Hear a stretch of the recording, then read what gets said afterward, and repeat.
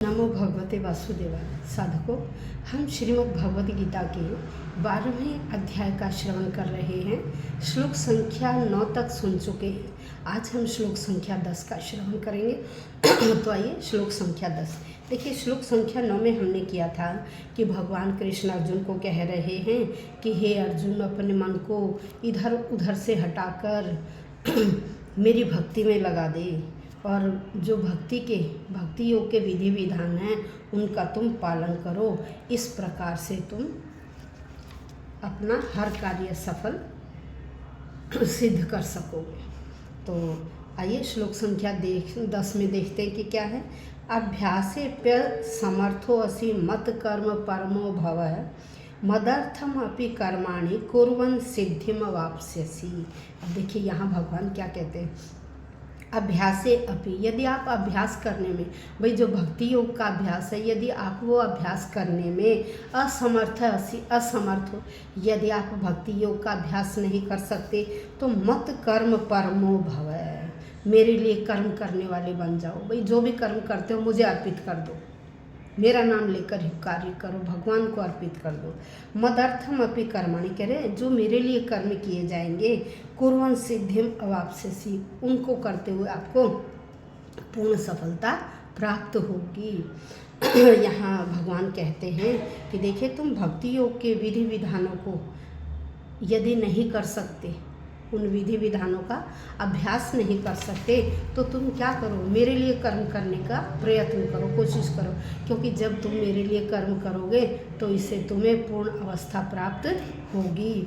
अब यहाँ क्या है कि देखिए, कोई व्यक्ति यदि गुरु के आज्ञा के अनुसार भक्ति योग के विधि विधानों का अभ्यास नहीं कर पाता, तो वो जो भी कर्म करता है वह भगवान को अर्पित करते हुए करे, उससे क्या होगा, उन्हें सफलता मिलेगी। और ये हम 11वें अध्याय में श्रवण कर चुके हैं। अब यहाँ भगवान कहते हैं कि देखो, हर कार्य को करने के लिए मेहनत की ज़रूरत होती है, ध्यान की ज़रूरत होती है, पैसे की ज़रूरत होती है। मान लीजिए कोई व्यक्ति अपना कार्य शुरू कर रहा है तो उसे जगह चाहिए, उसे पैसा चाहिए, उसे किसी संगठन की भी सहायता लेनी पड़ती है यदि कोई व्यापार करना चाहे तो।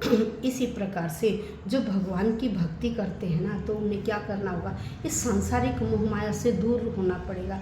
भौतिकवाद क्या है, हम अपनी इंद्रियों की तृप्ति के लिए कार्य करते हैं, लेकिन जो व्यक्ति भक्ति योग में लग जाता है वह अपना स्वार्थ सिद्ध नहीं करता, वह इंद्रियों की तृप्ति के पीछे नहीं भागता है, वह भगवान को प्राप्त करने के लिए प्रयत्न करता है।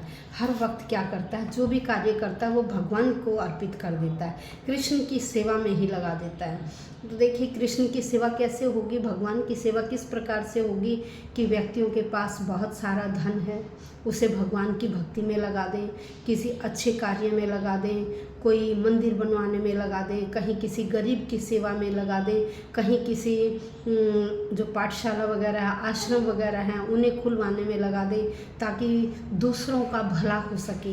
भाई जो पैसा है उसे यदि व्यक्ति इन कार्यों में लगाता है तो ये कार्य क्या है, ये भगवान की सेवा है, भक्ति भाव है, कृष्ण की सेवा है। तो ऐसे कार्यों में जो व्यक्ति लगाता है उसे अवश्य ही सफलता प्राप्त होती है, उसे सिद्धि प्राप्त हो जाती है। तो भगवान कहते हैं कि जो व्यक्ति इस तरह से भगवत सेवा करता है वह उसे पूर्ण सफलता प्रदान करता हूँ और वह मुझे ही प्राप्त होता है। तो देखिए, बहुत सारे ऐसे कार्य हैं जिन्हें करके हम भक्ति योग से जुड़ सकते हैं, भगवान के भक्ति भाव में लग सकते हैं और हमें अपने स्वार्थ का परित्याग करना पड़ेगा। जब व्यक्ति अपने स्वार्थ का परित्याग कर देता है, दूसरों के लिए कार्य करता है, भगवान के लिए, देखिए जो गरीबों की सेवा है वो क्या है, भगवत कार्य है, भगवान का ही कार्य है। यदि हम किसी मंदिर में कोई किसी देवी देवता की स्थापना करवाते हैं या किसी तरह का मंदिर का उद्धार करवाते हैं, जीर्णोद्धार करवाते हैं, तो वो क्या है, वो भगवत सेवा। तो हमें भगवत सेवा में लगे रहना चाहिए और जो भगवान ने दिया है उसमें से कुछ अंश भगवान की सेवा में अवश्य लगाना चाहिए। और भगवान, जब हम भगवत कार्य करते हैं तो भगवान हमारी सुनता है, हमें हर कार्य में सफलता प्राप्त होता है, हमें किसी प्रकार का दुख नहीं होता, न शारीरिक दुख होता है, न मानसिक दुख होता है, न कायिक दुख होता है। न मानसिक, न वाचिक, न कायिक।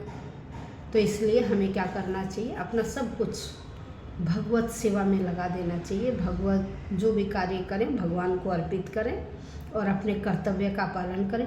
कभी भी अपने कर्तव्य से विमुख न हों, हमें अपने कर्तव्य से पीछे नहीं हटना चाहिए। यदि हम अपने कर्तव्य का पालन करेंगे और दूसरों का उद्धार करेंगे तो यही क्या है, यही भगवत सेवा है, यही कृष्ण भावना भावित है। तो हमें इस प्रकार के विचार अपने मन में अवश्य लाने चाहिए और इस प्रकार के कार्य करते रहना चाहिए। तभी क्या होगा, हम भगवत कार्य कर पाएंगे। धन्यवाद। कमेंट बॉक्स में अवश्य लिखिएगा ओम नमो भगवते वासुदेवाय।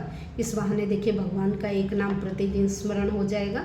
और ऐसा ग्रंथ है जिसके लिए तो विदेशी भी लालायित रहते हैं और हम तो क्या हैं, अपने ही देशी हैं। तो इसलिए हमें ज़रूर वीडियो सुननी चाहिए, अपने बड़े बूढ़ों को सुनाना चाहिए। उनका भी उद्धार कीजिए और अपना भी उद्धार कीजिए और हम लोगों का भी उद्धार कीजिए। धन्यवाद।